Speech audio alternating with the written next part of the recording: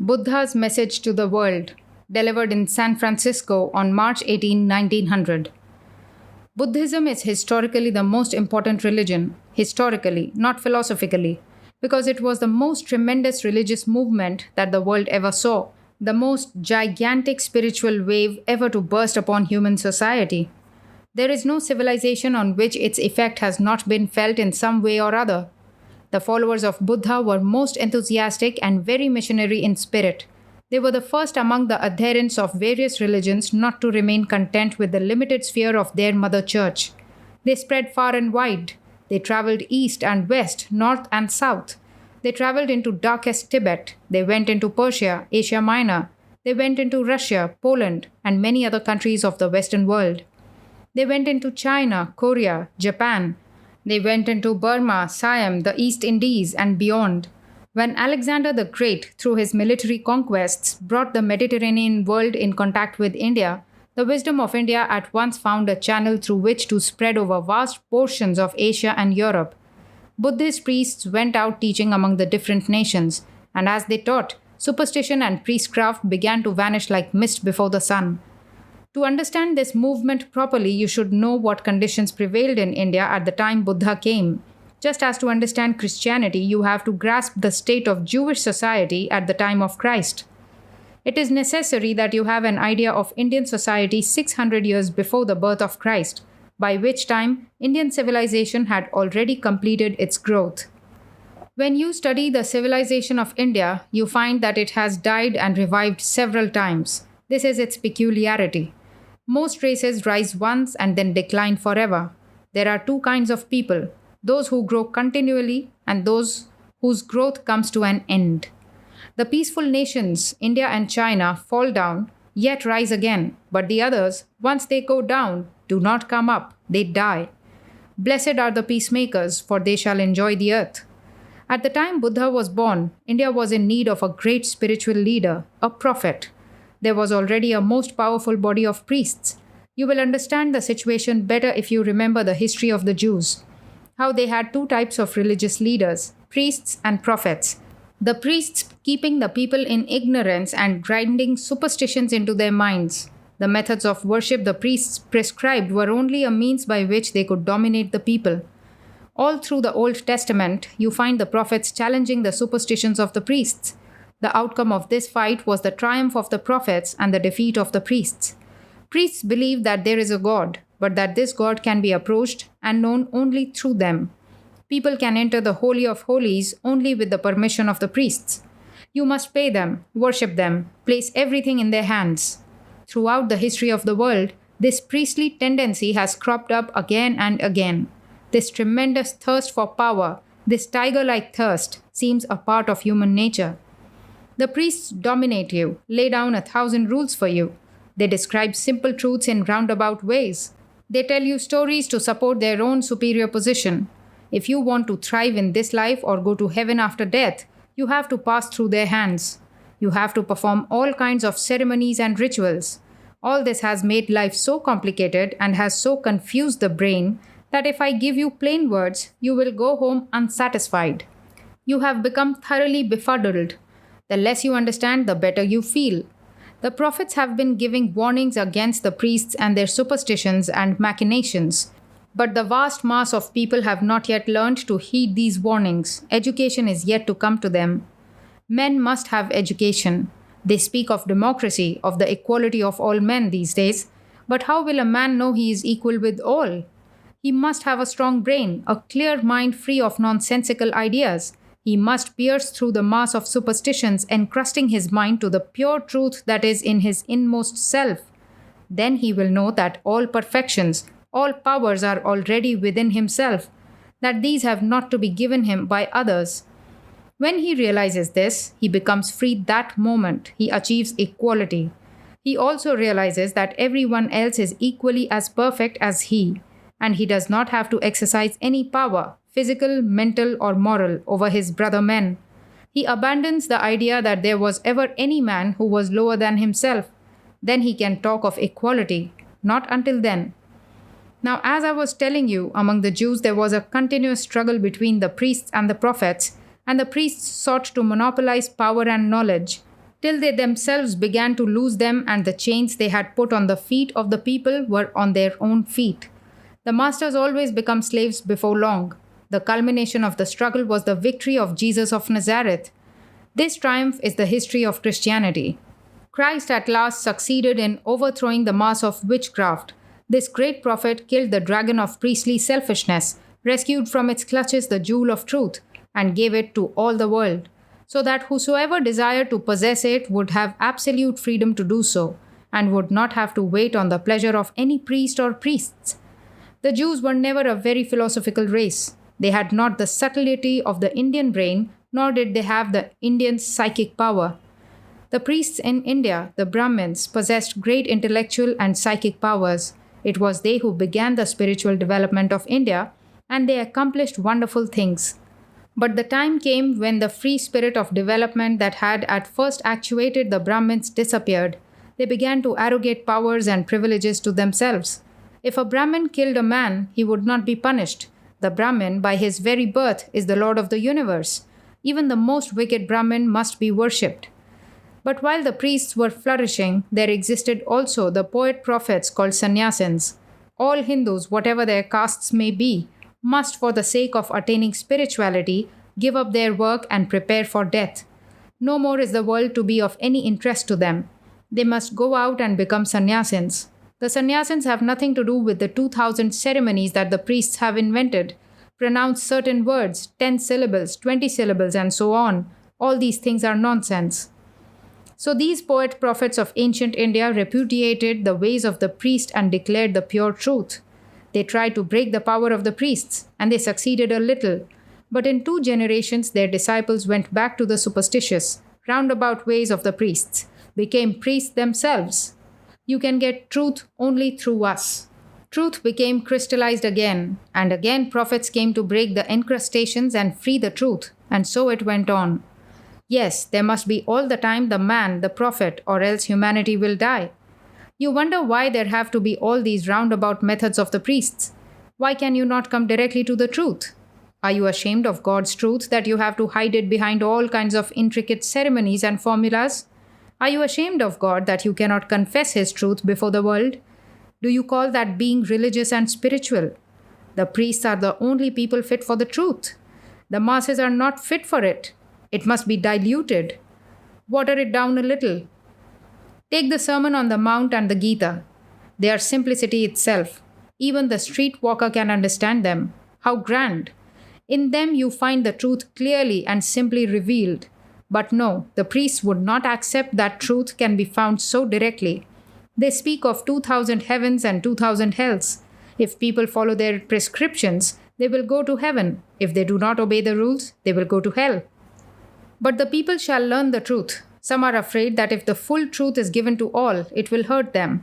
They should not be given the unqualified truth, so they say. But the world is not much better off by compromising truth. What worse can it be than it is already? Bring truth out. If it is real, it will do good. When people protest and propose other methods, they only make apologies for witchcraft. India was full of it in Buddha's day. There were the masses of people, and they were debarred from all knowledge. If just a word of the Vedas entered the ears of a man, terrible punishment was visited upon him. The priests had made a secret of the Vedas that contained the spiritual truths discovered by the ancient Hindus. At last, one man could bear it no more. He had the brain, the power, and the heart, a heart as infinite as the broad sky.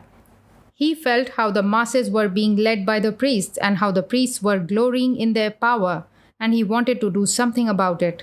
He did not want any power over anyone, and he wanted to break the mental and spiritual bonds of men. His heart was large, the heart many around us may have, and we also want to help others. But we do not have the brain. We do not know the ways and means by which help can be given. But this man had the brain to discover the means of breaking the bondages of souls. He learnt why men suffer, and he found the way out of suffering.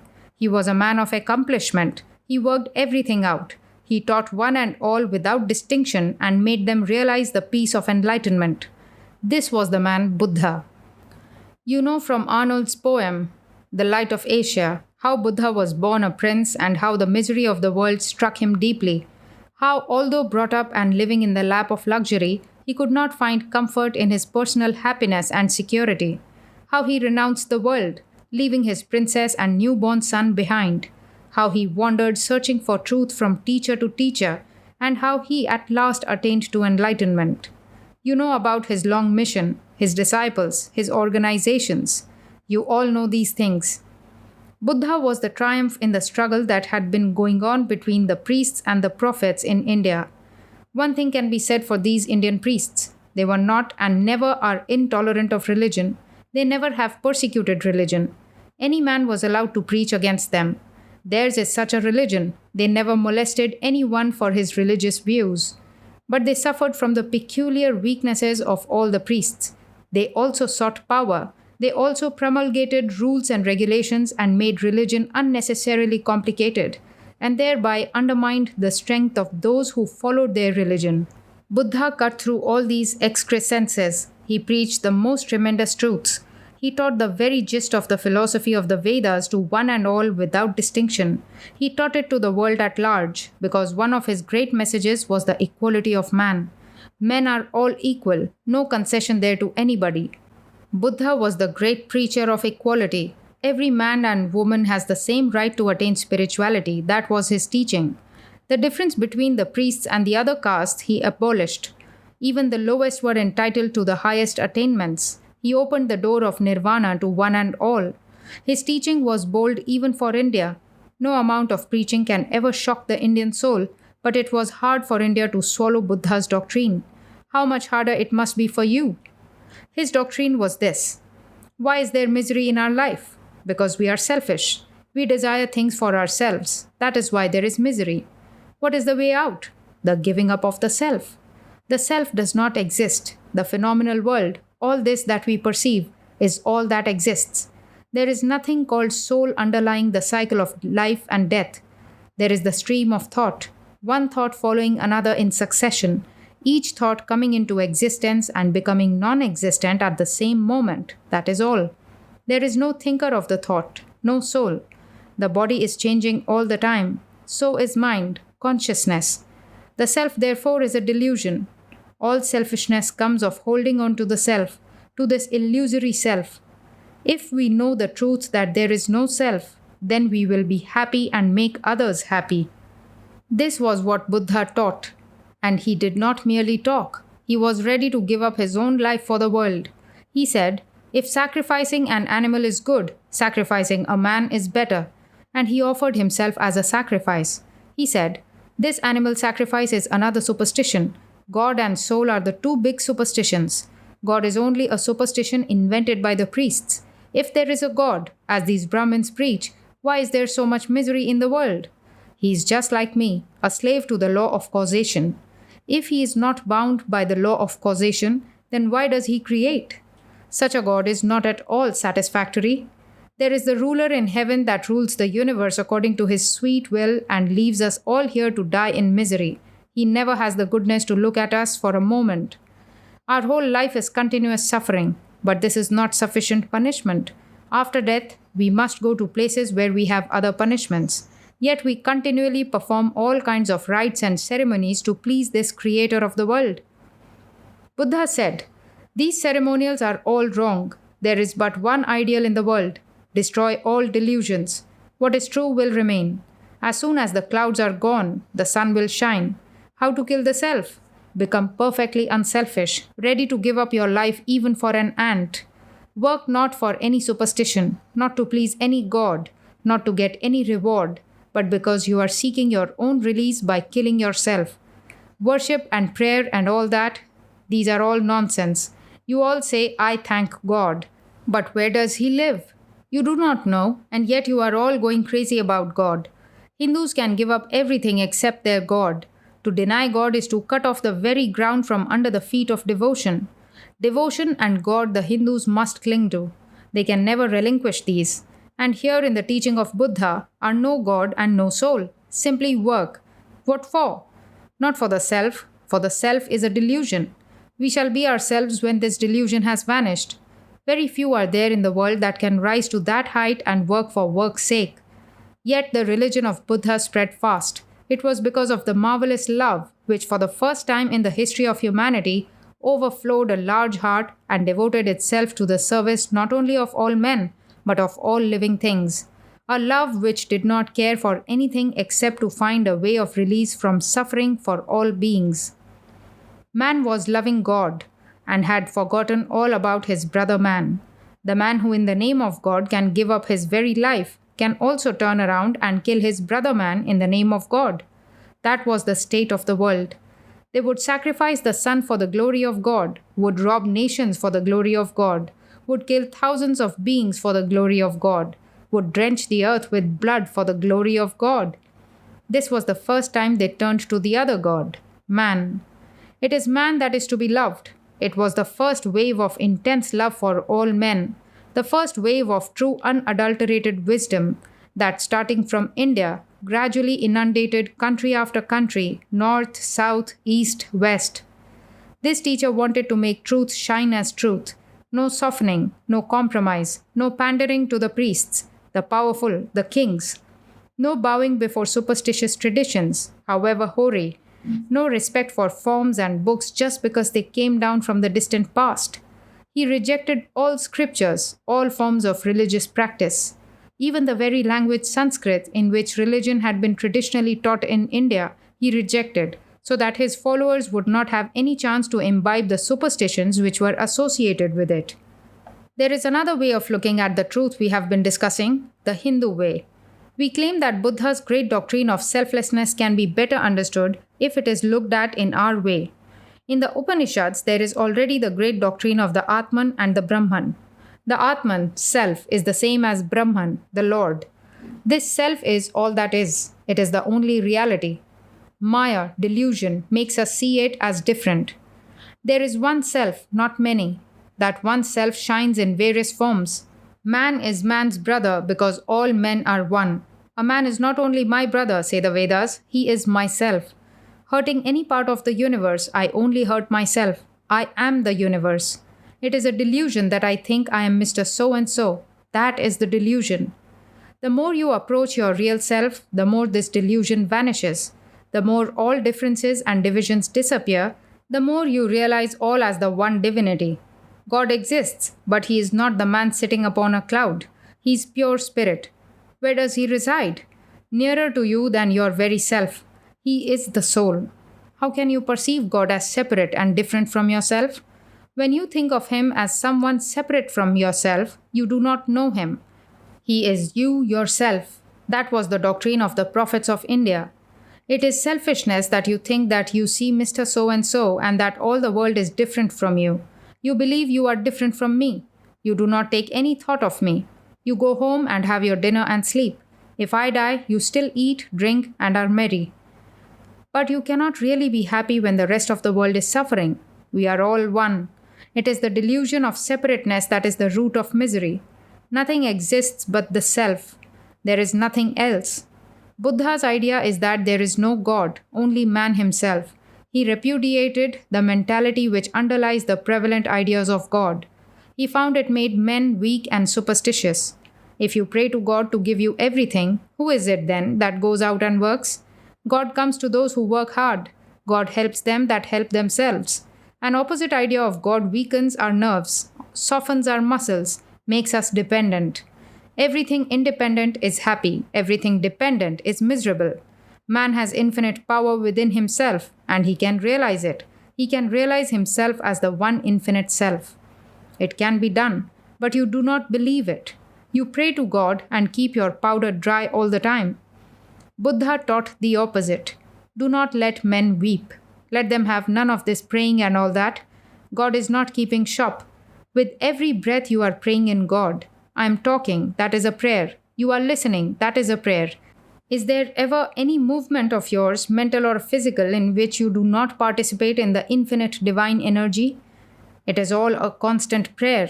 If you call only a set of words prayer, you make prayer superficial. Such prayers are not much good. They can scarcely bear any real fruit. Is prayer a magic formula by repeating which, even if you do not work hard, you gain miraculous results? No. All have to work hard. All have to reach the depths of that infinite energy. Behind the poor, behind the rich, there is the same infinite energy. It is not that one man works hard and another by repeating a few words achieves results. This universe is a constant prayer. If you take prayer in this sense, I am with you. Words are not necessary. Better is silent prayer. The vast majority of people do not understand the meaning of this doctrine. In India, any compromise regarding the self means that we have given power into the hands of the priests and have forgotten the great teachings of the prophets. Buddha knew this, so he brushed aside all the priestly doctrines and practices and made man stand on his own feet. It was necessary for him to go against the accustomed ways of the people. He had to bring about revolutionary changes. As a result, this sacrificial religion passed away from India forever and was never revived. Buddhism apparently has passed away from India, but really it has not. There was an element of danger in the teaching of Buddha. It was a reforming religion. In order to bring about the tremendous spiritual change he did, he had to give many negative teachings. But if a religion emphasizes the negative side too much, it is in danger of eventual destruction. Never can a reforming sect survive if it is only reforming the formative elements alone. The real impulse, that is, the principles, live on and on. After a reform has been brought about, it is the positive side that should be emphasized. After the building is finished, the scaffolding must be taken away. It so happened in India that as time went on, the followers of Buddha emphasized the negative aspect of his teachings too much and thereby caused the eventual downfall of their religion. The positive aspects of truth were suffocated by the forces of negation, and thus India repudiated the destructive tendencies that flourished in the name of Buddhism. That was the decree of the Indian national thought. The negative elements of Buddhism, there is no God and no soul, died out. I can say that God is the only being that exists. It is a very positive statement. He is the one reality. When Buddha says there is no soul, I say, man, thou art one with the universe, thou art all things. How positive! The reformative element died out, but the formative element has lived through all time. Buddha taught kindness towards lower beings, and since then there has not been a sect in India that has not taught charity to all beings, even to animals. This kindness, this mercy, this charity, greater than any doctrine, are what Buddhism left to us. The life of Buddha has an especial appeal. All my life I have been very fond of Buddha, but not of his doctrine. I have more veneration for that character than for any other, that boldness, that fearlessness, and that tremendous love. He was born for the good of men. Others may seek God, others may seek truth for themselves. He did not even care to know truth for himself. He sought truth because people were in misery. How to help them, that was his only concern. Throughout his life, he never had a thought for himself. How can we ignorant, selfish, narrow-minded human beings ever understand the greatness of this man? And consider his marvelous brain. No emotionalism. That giant brain never was superstitious. Believe not because an old manuscript has been produced, because it has been handed down to you from your forefathers, because your friends want you to. But think for yourself. Search truth for yourself. Realize it yourself. Then, if you find it beneficial to one and many, give it to people. Soft-brained men, weak-minded, chicken-hearted, cannot find the truth. One has to be free and as broad as the sky. One has to have a mind that is crystal clear. Only then can truth shine in it. We are so full of superstitions. Even in your country, where you think you are highly educated, how full of narrownesses and superstitions you are. Just think, with all your claims to civilization in this country, on one occasion I was refused a chair to sit on because I was a Hindu. 600 years before the birth of Christ, at the time when Buddha lived, the people of India must have had wonderful education. Extremely free-minded they must have been. Great masses followed him. Kings gave up their thrones. Queens gave up their thrones. People were able to appreciate and embrace his teaching. So revolutionary, so different from what they had been taught by the priests through the ages. But their minds have been unusually free and broad. And consider his death. If he was great in life, he was also great in death. He ate food offered to him by a member of a race similar to your American Indians. Hindus do not touch them because they eat everything indiscriminately. He told his disciples, "Do not eat this food, but I cannot refuse it. Go to the man and tell him he has done me one of the greatest services of my life. He has released me from the body. An old man came and sat near him. He had walked miles and miles to see the master, and Buddha taught him. When he found a disciple weeping, he reproved him, saying, "What is this? Is this the result of all my teaching? Let there be no false bondage, no dependence on me, no false glorification of this passing personality. The Buddha is not a person, he is a realization. Work out your own salvation." Even when dying, he would not claim any distinction for himself. I worship him for that. What you call Buddhas and Christs are only the names of certain states of realization. Of all the teachers of the world, he was the one who taught us most to be self-reliant, who freed us not only from the bondages of our false selves, but from dependence on the invisible being or beings called God or gods. He invited everyone to enter into that state of freedom which he called nirvana. All must attain to it one day, and that attainment is the complete fulfillment of man.